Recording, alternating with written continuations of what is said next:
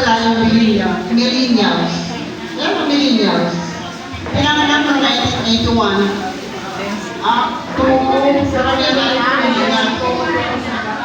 from 19 ang mga millennials or Generation Y ay from 1981 to 1996. Ilan ba sa akin nito? Millennials? Pero sabihin mas marami pa dito yung Generation Y. Si Generation Y, they follow the Generation X.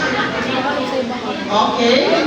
So, dito ay iba't ibang approaches kasi ang ginagamit depende sa generation.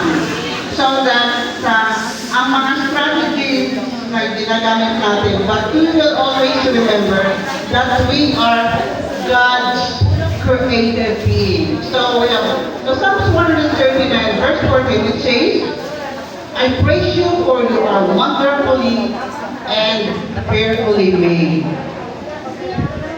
Are you wonderful? Yes. Are you amazing? Yes, yes. Are you a child of God? Yes. Are you rich? Yes. Yes, you speak. Are you intelligent? Are you intelligent? Yes. Yes, because God has provided us everything that we have. And we have that brain that is very far from animals. So ito yung